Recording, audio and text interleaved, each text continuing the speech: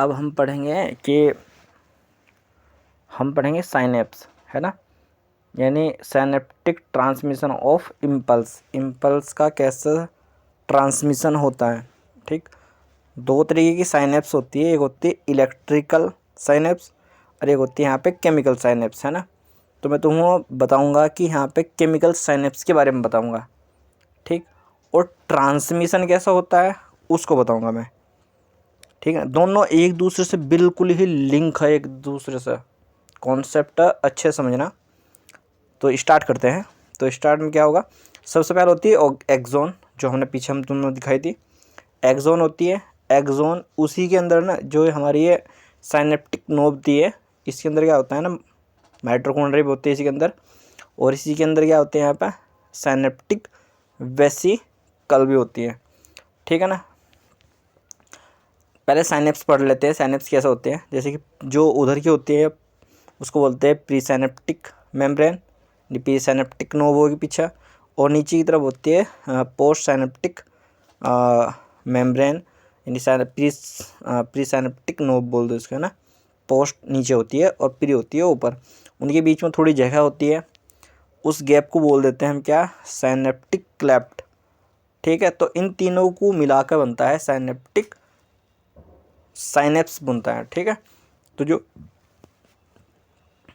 अब क्या होगा, इम्पोर्टेंट चीज़ यही है यहाँ पर, देखो जो हमारी जो माइटोकॉन्ड्रिया रहते हैं उससे निकलता है क्या, एसिटिकोलिन, एसिटाइल कोएंजाइम ए, ठीक, एसिटाइल कोएंजाइम ए। अब क्या होगा ना, देखो यहाँ पे इम्पोर्टेंट चीज़ क्या है कि बाहर से जो मेम्ब्रेन होती है उसके इस साइनेप्टिक जो वेसिकल होता है ना, ये फिर साइनेप्टिक नोब होता है, बाहर से क्या आएगा, कैल्शियम आयन अंदर आया,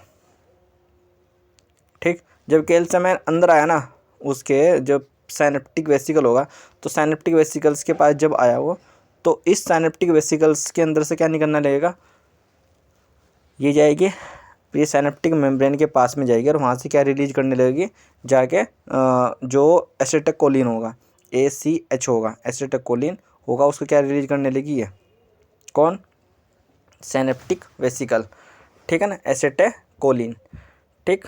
अब देखो जो एसिटाइलकोलिन होता है ना, ये रिएक्शन चलती रहती है रिवर्सिबल पूरी अच्छे से। देखो ये क्या होगा ना, यहाँ पे साइनेप्टिक जो एसिटाइलकोलिन था वो ACE, मतलब कि जो कन्वर्ट ये ACE एंजाइम होता है ना, ये क्या करता है ना, इसको कोलिन और एसीटेट एंजाइम में क्या करता है ना, दो पार्ट में डिवाइड करता है इस जो न्यूरोट्रांसमीटर होता है उसको। तो जो कोलिन होती है ना, कोलिन जाती है एसिटाइल कोएंजाइम ए के पास, और ये फिर एसिटाइलकोलिन बनता लगता है। ये बार बार ऐसे रिएक्शन चलती रहती है, ठीक है। अब क्या होगा ना, जो एसिटाइलकोलिन होगा ना यहाँ पे आया, तो उसके पास ना यहाँ पे ना रिसेप्टर होते हैं। जब आप MBBS के सेकंड ईयर में आएंगे तो वहाँ पे पढ़ाई ये चीज़ें पढ़ाई जाती है, अल्फा रिसेप्टर, बीटा रिसेप्टर। यहाँ से कुछ नहीं याद रखने की जरूरत, केवल इतना याद रखना कि साइनेप्टिक वेसिकल है, उससे रिलीज होता है क्या, एसिटाइलकोलिन। एसिटाइलकोलिन जो होता है ना वो न्यूरोट्रांसमीटर होता है, ठीक है। और जो प्री साइनेप्टिक जो पोस्ट साइनेप्टिक होती है मेम्ब्रेन होती है, उसके पास क्या होता है, उसके पास रिसेप्टर होते हैं, वो जो एसिटाइलकोलिन होता है वो रिसेप्टर के साथ बाइंड हो जाता है, जुड़ जाता है, ठीक है ना। और जुड़ने के बाद वो सिग्नल किसको देता है, यहाँ पे जो पोस्ट साइनेप्टिक मेम्ब्रेन होती है उसको सिग्नल वो दे के चले जाता है और टूट जाता है। बहुत ही कम टाइम के लिए चलती है रिएक्शन ये, है ना। तो सेकंड न्यू एक्शन पोटेंशियल होता है, ये एक्शन पोटेंशियल ही होता है एक तरीके से। एसिटाइलकोलिन कहाँ से रिलीज हुआ, एसिटाइलकोलिन रिलीज हुआ हमारा साइनेप्टिक वेसिकल से, और कहाँ से आएगा, साइनेप्टिक क्लेफ्ट के अंदर आ गया। और इसके पास जो पोस्ट साइनेप्टिक मेम्ब्रेन है उसके पास क्या है, यहाँ पे रिसेप्टर, उस रिसेप्टर से क्या हुआ, कंबाइंड हुआ वो, और वहाँ से क्या कर दिया, उसको रिएक्शन उसको क्या दे दिया, सिग्नल दे दिया, और वो पोस्ट साइनेप्टिक मेम्ब्रेन में पहुँच गया, मतलब कि उसके साथ उसको सिग्नल दे के चल दिया, अपना आप टूट गया, और कोलिन और एसीटेट अलग हो गए, ये दोनों वही साइनेप्टिक क्लेफ्ट के अंदर थे। जो कोलिन होगा वो कहाँ पहुँच जाता है हमारे इसमें जो मतलब जो एक्सोन होगी या फिर साइनेप्टिक नोब होगी उसके अंदर पहुँच जाता है, ठीक है। वापिस रिवर्स, मतलब कि रिवर्स होगा।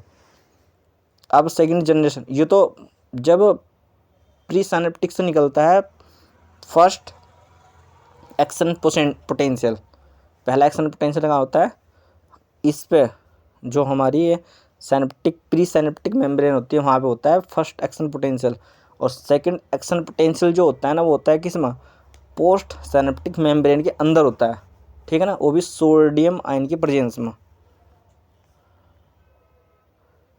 अब एक्शन पोटेंशियल जो कि सक्रिय या फिर निष्क्रिय, या मतलब कि वो सक्रिय भी हो सकता है निष्क्रिय भी हो सकता है, वो डिपेंड करता है कि सिचुएशन कैसी है उस टाइम, ठीक है।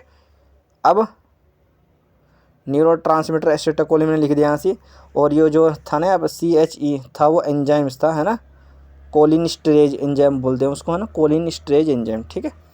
अब ये सब एक्शन पोटेंशियल के कारण ही होता है, ठीक है ना। अब एक्शन पोटेंशियल होता क्या है एक्चुअली में, एक्शन पोटेंशियल है क्या, उसको मैं समझाने की कोशिश करूँगा यहाँ पे। देखो एक्शन पोटेंशियल के अंदर ना काफ़ी सारे वर्ड है जो कंफ्यूज करते हैं ओनली, अन्य एक्शन पोटेंशियल एक लाइन का, यहाँ पे बहुत कुछ दे रखा है इसमें, है ना, वो एक ही लाइन का, मतलब कि एक लाइन में समझ सकते हैं उसको कैसा। देखो यहाँ पे हम इसको ना 3 पार्ट में डिवाइड करूँगा मैं इसको, देखो कैसे समझ में आएगा तुम्हारी। देखो जो फर्स्ट है ना जहाँ पे सोडियम और पोटेशियम, सोडियम पोटेशियम, देखो जब पहली स्टेज होगी उसको बोलते हैं सोडियम पोटेशियम आयन चैनल। तो फर्स्ट जब ये रेस्टिंग मेम्ब्रेन में होगा, यानी रेस्टिंग मेम्ब्रेन बोलते हैं, रेस्टिंग एक्सोन होगी उस टाइम, यानी पोलराइज्ड मेम्ब्रेन होगी। देखो इसका नाम हो बहुत सारे है ना, 3-4 नाम है इसमें, तब जाकर समझ में आता है अच्छे से। इसको रेस्टिंग एक्सोन बोल दो, रेस्टिंग मेम्ब्रेन बोल दो, या फिर पोलराइज्ड मेम्ब्रेन बोल दो, ठीक है ना। उस कंडीशन में क्या होता है ना, केवल और केवल उस कंडीशन में क्या होता है ना, उसमें सोडियम पोटेशियम पंप यूज होता है, यानी पोलराइज्ड कंडीशन में क्या यूज होगा, सोडियम पोटेशियम पंप। और उस टाइम जो मेम्ब्रेन होगी, जो एक्सोन की जो मेम्ब्रेन होगी, वो केवल और केवल जो परमेबल होगी, यानी कौन सा आयन अंदर आएगा, कौन सा मतलब कि आयन अंदर आएगा, वो होती है और केवल पोटेशियम के लिए ही मतलब कि परमेबल होती है, ओनली और ओनली। और उस कंडीशन में जो उसका जो विभव होगा यानी पोटेंशियल होगा, वो होगा -70 मिली वोल्ट, यानी 70 मिली वोल्ट होगा माइनस के, इतना ही हो सकता है, या फिर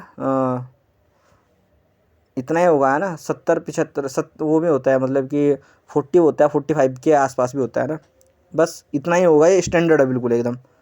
फिर उसके बाद यानी पहली कंडीशन में क्या होगा, जब मेम्ब्रेन पोलराइज्ड होगी, केवल और केवल सोडियम आयन नहीं पोटेशियम आयन आएगा। कितने पोटेशियम आयन होते हैं, 2, और बाहर कितने सोडियम रहते हैं, 3। और ये क्या है, एक तरीके से ये चीज़ है पूरी की पूरी किस चीज़ के लिए है, ये पूरा एक्टिव प्रोसीजर ओनली, देख लो, है ना, पूरा एक्टिव प्रोसीजर बिल्कुल, यानी ATP यूज होगी यहाँ पे, ठीक है ना। तो ये इम्पोर्टेंट है भाई, बहुत बहुत बहुत बहुत इंपॉर्टेंट है, यानी रेस्टिंग मेम्ब्रेन, ठीक। उसके बाद रेस्टिंग मेम्ब्रेन में कोई भी पोटेंशियल स्टार्ट नहीं हुआ। अब दूसरा स्टेप होता है जब एक्शन पोटेंशियल स्टार्ट होता है। तो एक्शन पोटेंशियल कब होता है ना, एक्सोन क्या करेगी ना, एक्शन पोटेंशियल करेगी। अब हाँ एक चीज़ और भी होती है इसमें, जो रेस्टिंग मेम्ब्रेन होती है उसमें ना माइनस आयन अंदर होते हैं ना, और पॉजिटिव आयन क्या होते हैं बाहर। जो माइनस आयन यहाँ पे किस लिए, क्योंकि इसमें ना नेगेटिव प्रोटीन होती है, प्रोटीन क्या होती है, नेगेटिव, जिसकी वजह से वो मेम्ब्रेन क्या कर देती है, अंदर की मेम्ब्रेन क्या रखती है उस टाइम, नेगेटिव आयन में रखती है ना। जो नेगेटिव आयन से पॉजिटिव आयन में जाएगी तो उसको बोलते हैं हम क्या, वो एक्शन पोटेंशियल हो गया, यानी पोटेंशियल चेंज हो गया यहाँ पे, है ना। तो उस कंडीशन में जब सोडियम अंदर आएगा ओनली, तब होता है एक्शन पोटेंशियल। अब एक्शन पोटेंशियल होगा ना, उस कंडीशन में क्या होगा ना, केवल और केवल एक चैनल यूज होगा, उसको बोलते हैं हम सोडियम चैनल, एक ही चैनल यूज होता है उस टाइम, ठीक है। अब उस कंडीशन में क्या होगा ना, ये एक्शन पोटेंशियल होगा और मेम्ब्रेन क्या हो जाएगी, डीपोलराइज्ड हो जाएगी। मेम्ब्रेन कैसे हो जाएगी, डीपोलराइज्ड। और विभव कितना होगा उस टाइम विभव होगा +40 मिली वोल्ट, +40 मिली वोल्ट। अब ये वोल्टेज तो बहुत ज़्यादा, 40 मिली वोल्ट बहुत ज़्यादा होगी। तो क्या होता है ना, जिस टाइम धीरे धीरे करके ना विभव कम होता है, धीरे धीरे कम होता है, तो उस कंडीशन में क्या होता है ना, जो देखो उस टाइम देख ये पोटेशियम आयन था ना, जब रेस्टिंग मेम्ब्रेन थी तो पोटेशियम आयन अंदर आया था, है ना, और सोडियम बाहर था। ठीक, जब एक्शन पोटेंशियल रहा तो सोडियम आयन ओपन हुआ ओनली, तो सोडियम आयन कहाँ से आ गया अंदर। अब पोटेशियम तो अंदर था ही, पोटेशियम तो बाहर नहीं गया ना अभी तक। तो क्या होता है ना, जब धीरे धीरे जो विभव कम होता है ना, उस कंडीशन में क्या होता है ना कि जब विभव कम होगा तो क्या होगा ना, पोटेशियम आयन खुल जाएगा, जो पोटेशियम चैनल होगा ना वो खुल जाएगा। एक साथ नहीं यूज हो रहा है, अलग अलग यूज हो रहा है ना, पोटेशियम आयन क्या हो जाएगा, खुल जाएगा। तो जो पोटेशियम आयन होगा ना नीचे अंदर से बाहर चल जाएगा, है ना। और उस कंडीशन में क्या होगा ना, ये पूरा का पूरा जो अंदर की मेम्ब्रेन होगा कैसे हो जाएगी, पॉजिटिव आयन में चेंज हो जाएगी, क्योंकि सोडियम 3 आते हैं, पोटेशियम 2 जाते हैं हमारे, जिसकी वजह से क्या होगा, नंबर में ये बढ़ जाएगी। ठीक है, ये यहाँ पे लास्ट में लिख भी रखा मैंने। ठीक, ये था हमारा एक्शन पोटेंशियल, बहुत बहुत इम्पोर्टेंट थी ये चीज़। और अगर क्वेश्चन आता है कि मतलब कि किस तरीके से कितने स्टेप होते हैं, ये 3 स्टेप में होता है। पहला था हमारे यहाँ से रेस्टिंग मेम्ब्रेन पोटेंशियल, दूसरा था यहाँ से एक्शन पोटेंशियल, और तीसरा था यहाँ से propagation of action potential. Propagation का मतलब वही है कि पोटेशियम जो मतलब कि जो पोटेशियम आयन अंदर है वो धीरे धीरे विभव कम होने पे बाहर जाएगा, उसी को बोलते हैं हम यहाँ पे प्रोपेगेशन ऑफ एक्शन पोटेंशियल। और यही था हमारा केमिकल, ये इम्पोर्टेंट था, बहुत इम्पोर्टेंट है, ये बहुत ज़्यादा इम्पोर्टेंट है ना। तो यही था पूरा सारांश था इसका पूरे को पूरा। Okay, thank you.